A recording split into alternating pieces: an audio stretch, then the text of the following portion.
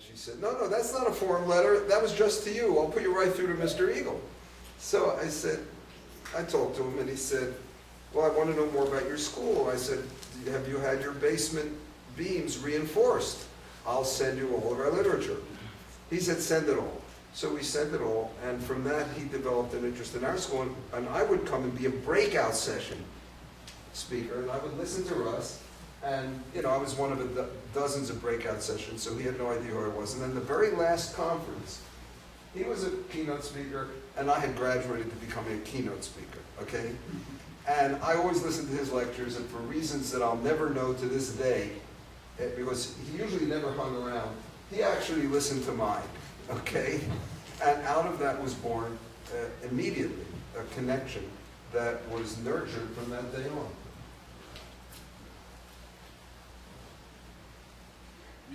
Is that enough for you, Susan? That's plenty. One at a time.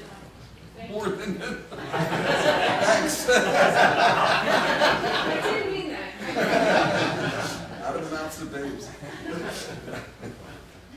I wonder if you were to start the school today, in 2008, what sort of, What level? a school like Sudbury Valley, a K-12 school, K-12? We have would you lots do of people. anything differently? If you had the project on you right now, what would you do? Would you do anything differently? What would be your first priorities? Yeah. Well, and I would like to know if Hannah would do anything differently too. Good, this is me too. She probably wouldn't have married me. I actually will answer the question because I kind of watch these two dudes talk. And You're typical. am I too quiet? Russ talks, you call it systems. I don't know anything about systems, but I know about art and architecture. And he sees the world, but you see the world as an architect. He looks at the structure, he looks at the function, he looks at the very practical way of doing things. And he always thinks of new ways to make people comfortable or creative or functional. And what Danny does, Danny is a theoretical physicist, God forbid. And he has a theory in his head, and then he tries to make it work. So when they two talk together, you can actually see how they tease each other's minds to go where they are not used to. And I love watching it. It's really fun, really interesting. And I think that's what they learn from each other. This is a little disconnected, but your question stimulates this. There are two things I would like to do, and at least one of them is shared with Dan. I'd like to create a Sudbury-type school in the Black Ghetto. And I know it will be fundamentally different. It can't be the same because the cultures are entirely different. I have created two schools in the ghetto, one for dropouts and another one for the high school level. And they had to be entirely different from other ones. So that's one thing. I think we have a shared objective, and we may get a chance to do that sooner or later. The other one just came up the other day, and it's got me very excited, although I don't believe it's going to happen. At this lecture I gave to the superintendents, a fellow came up to me at the end, and he said, my boss is very likely to be the next Secretary of Education. Apparently he's the chief advisor to Obama on educational issues. And then he said, will you be willing to come, whoever you want to bring, to Washington to redesign the educational system of the United States? Wow. Wow. Go. I don't think it's going to happen, but what an exciting idea it is. To be more mundane and answer your question, we have groups all the time starting new schools. There's many in the making right now all over the country. And they do one thing differently than we did, one key thing, and that is they have a model. Okay, so it's not easier relative to the community. It's still way out on the cutting edge, but it's easier in terms of your own work because we had to really invent the wheel. And there is a tremendous amount of literature. We actually sell tons of planning kits, you know, where people can actually get a head start, okay? But the real hard work is finding someone else, a needle in a haystack, who shares your vision of what education can be.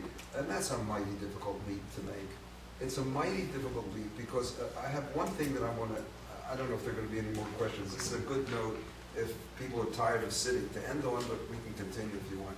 And that is, in the 25th anniversary celebrations, we had alumni speaking then too.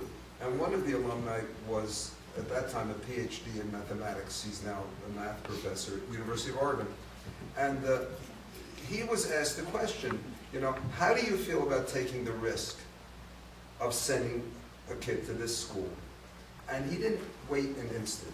He said, the people who are taking the risk are the people who send their kids to traditional schools. That's the risk. You're not taking any risk when you send your kids to a school like this. And if you think about it, it comes right back to the theme of turning learning right side up. Everything in the schools today, if you would design the system to turn learning upside down, you would design the schools today. It's exactly what you would do. You follow the formula, you create the traditional school system. And you've got to get out of that mindset.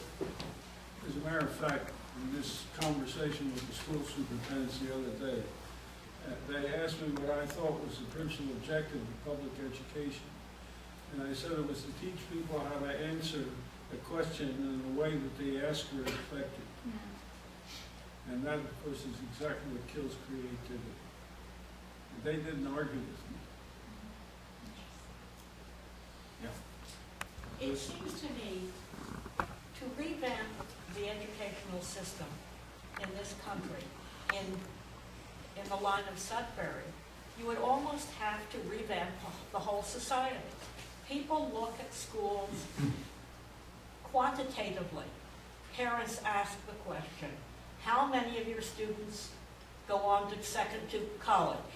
How many are in the top level of the SATs? I just don't see the acceptance of this on a broad scale when we think about education in these terms. And I think every school system thinks about education in those terms. And parents think about education in those terms. They've been taught to. Look, this is all habit. You're talking about acquired habits. When I went to school, a huge percentage of kids never went to high school. This is in the 40s. I mean, I'm not young, but I'm not, you know, from prehistoric times either. In the 40s, a lot of kids didn't go to high school. It was not considered terrible not to go to high school. I'm not talking about kids who dropped out to become criminals. They'd stop at 16, they go to work. And they become perfectly respectable members of the community, earning a living and raising families. Then, after the GI Bill, you know, there was a lot of incentive to continue through high school and go to college, right? But even in the 50s and 60s, going to college wasn't the thing that everybody had to do. High school became the thing that everybody had to finish, but not college. We have been now trained, you know, I don't think, by the time, if this goes on, another 20 years, everybody should get a PhD. I mean, it's just gotta be. You can't go anywhere in society without a PhD. Just like today, the kids are brainwashed to think that you can't go anywhere without a college degree. This is a habit acquired. And here's what I leave you with, okay? Structures built on a house of cards that look like they'll last forever tend to crumble like a house of cards when they're overweighted, you know, when they're no longer in balance. And the best example I can think of from our lifetime is, when I was growing up, my father would tell me, you know, communist system in Russia will last forever.